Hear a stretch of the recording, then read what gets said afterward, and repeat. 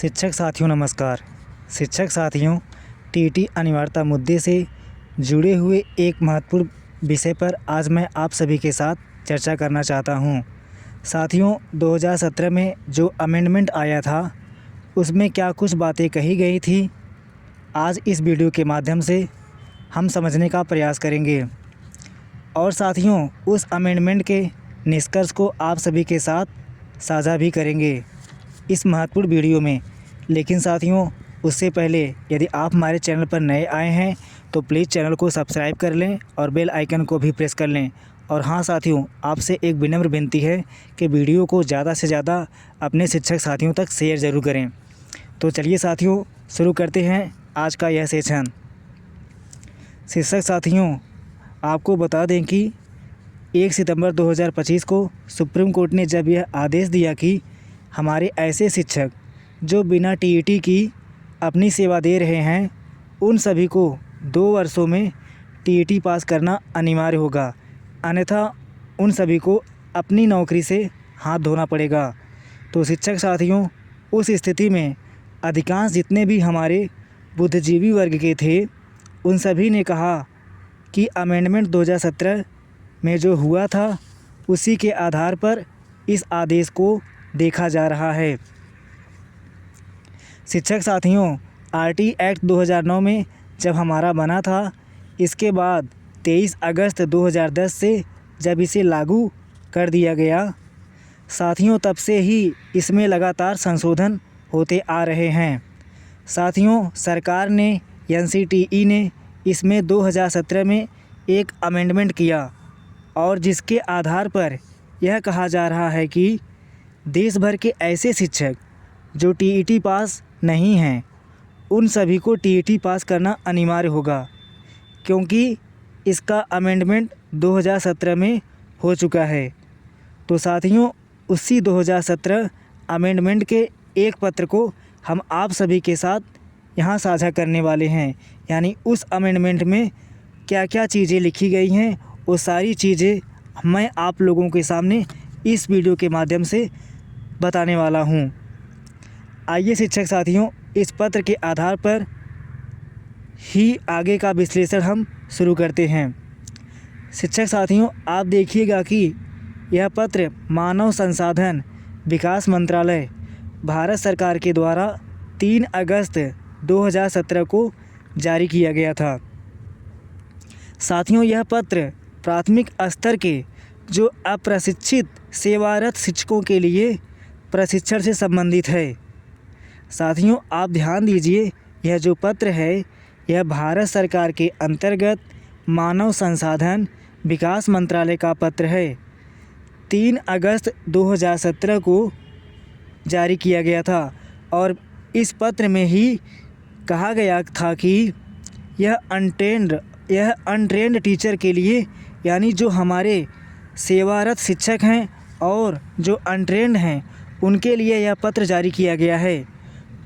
साथियों उससे संबंधित विस्तृत दिशा निर्देश इस पत्र में जारी किए गए हैं। साथियों यह पत्र सरकारी प्राप्त और गैर सरकारी प्राइवेट स्कूलों में कार्यरत ऐसे शिक्षकों के लिए जो आरटीई एक्ट 2009 के अनुसार आवश्यक न्यूनतम शैक्षणिक योग्यता पूरी नहीं करते हैं उन सभी के लिए था। उन सभी को जो आरटीई एक्ट की धारा 23 खंड 2 में संशोधन कर प्रशिक्षण की अवधि निर्धारित की गई है। साथियों 31 मार्च 2019 उस बढ़ी हुई अवधि तक जो हमारे अनट्रेंड टीचर्स हैं उन सभी को अपना प्रशिक्षण पूर्ण करना होगा। तो साथियों इस पत्र में कहीं पर भी टीईटी की बात नहीं कही जा रही है, यानी कि साथियों इस पत्र में कहीं भी ऐसा नहीं लिखा गया है कि हमारे ऐसे शिक्षक जो टीईटी पास नहीं हैं उन्हें नौकरी से कार्यमुक्त कर दिया जाए। साथियों यहाँ पर जो भी बातें कही गई हैं वो बातें प्रशिक्षण से संबंधित कही गई हैं। साथियों अगर दूसरे बिंदु को आप देखेंगे तो यहाँ पत्र में स्पष्ट रूप से कहा गया है कि यह अंतिम अवसर है जब अप्रशिक्षित शिक्षक न्यूनतम आवश्यक योग्यता प्राप्त कर सकते हैं। अर्थात इसमें बताया गया है कि जो डेडलाइन है, जो प्रशिक्षण को प्राप्त करने की जो डेडलाइन है वह 31 मार्च 2019 तक ही है और इसी के अंदर जो भी हमारे अनट्रेंड टीचर्स हैं उन सभी को अपना प्रशिक्षण पूर्ण कर लेना होगा। यानी साथियों, इस पत्र में जो 2017 में अमेंडमेंट किया गया था MHRD द्वारा, उसमें बताया गया था कि जो हमारे स्कूलों में, मतलब संपूर्ण भारत के स्कूलों में जो टीचर्स कार्यरत हैं और जो अनट्रेंड हैं उन्हें ये ट्रेनिंग दे दी जाए और उन्हें पूरी तरीके से ट्रेंड कर दिया जाए। शिक्षक साथियों, मैं आपको बताना चाहता हूँ कि इस अमेंडमेंट में कहीं पर भी ऐसी कोई बात नहीं कही गई है कि शिक्षकों को TET पास करना ही अनिवार्य होगा, नहीं तो उन्हें नौकरी से हटा दिया जाएगा। तो साथियों, इस अमेंडमेंट में कहीं पर भी ऐसी कोई बात नहीं कही गई है। साथियों, उन्हें सेवा में बने रहने की अनुमति नहीं दी जाएगी जो प्रशिक्षण को प्राप्त नहीं कर लेते हैं। 31 मार्च 2019 के बाद अगर वह प्रशिक्षित नहीं होते हैं तो उन्हें सेवा में बना नहीं रहने दिया जाएगा, तो उनके विरुद्ध सेवा समाप्ति की प्रक्रिया प्रारंभ कर दी जाएगी। तो शिक्षक साथियों, देखिए कि सेकेंड नंबर पॉइंट पर यहाँ पर कितनी महत्वपूर्ण बातें कही गई हैं। इसके साथ ही शिक्षक साथियों, थर्ड नंबर पॉइंट पर आप देखेंगे कि MHRD द्वारा यह प्रस्ताव रखा गया है कि सभी अप्रशिक्षित सेवारत शिक्षकों को 31 मार्च 2019 तक हर हाल में प्रशिक्षण को पूर्ण करा लिया जाए। साथ ही राज्यों और केंद्र शासित प्रदेशों को जो जिम्मेदारियां दी गई हैं उसे भी आप देख सकते हैं। यहाँ पर बता दिया गया है कि यह सुनिश्चित करना है कि सभी अप्रशिक्षित शिक्षक NIOS के तहत ODL अर्थात ओपन डिस्टेंस लर्निंग कार्यक्रम के माध्यम से RT एक्ट 2009 के तहत न्यूनतम निर्धारित जो योग्यता है उसे पूर्ण कर लें और इसको पूर्ण करने की जो निर्धारित तिथि रखी गई है वह 31 मार्च 2019 रखी गई है। साथ ही इसमें यह भी कहा गया है कि स्कूल शिक्षा सचिव की अध्यक्षता में एक समिति का गठन किया जाए और यह समिति प्रशिक्षण की प्रगति और समयबद्ध पूर्णता की निगरानी करेगी। तो शिक्षक साथियों, आप देखिए यहाँ पर इस पत्र में कहीं पर भी TET शब्द का जिक्र भी नहीं देखने को मिल रहा है।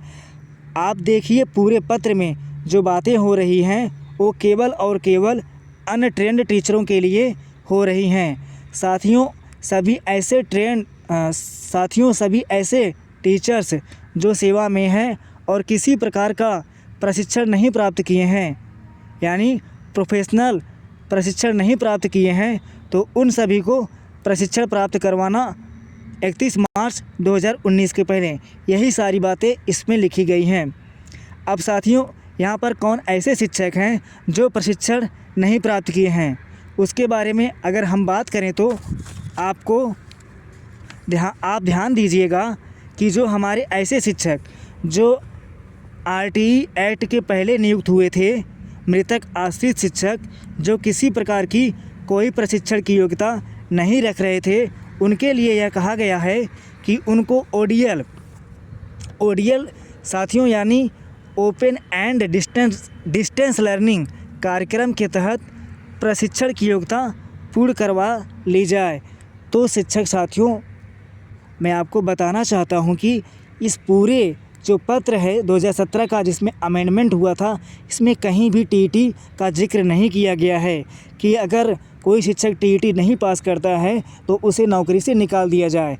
तो साथियों, सुप्रीम कोर्ट ने पता नहीं किस आधार पर ये फैसला दे दिया कि अगर ऐसे शिक्षक जो 2 साल के अंदर TET पास नहीं करते हैं तो उन्हें उनकी नौकरी से कार्यमुक्त कर दिया जाएगा। मुझे पता नहीं, मुझे समझ में नहीं आ रहा साथियों, आखिर ऐसा कैसे डिसीजन सुप्रीम कोर्ट ने दे दिया। तो साथियों, यह एक महत्वपूर्ण जानकारी थी जो हम आप सभी के साथ साझा करना चाह रहे थे। साथियों, उम्मीद करते हैं कि आज का यह सेशन आपको पसंद आया होगा।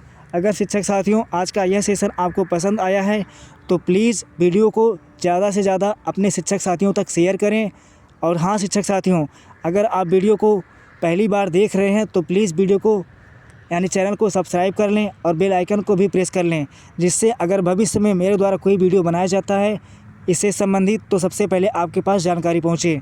तो शिक्षक साथियों, मैं उम्मीद करता हूं कि आपको आज यह सेशन पसंद आया होगा। तो शिक्षक साथियों, धन्यवाद।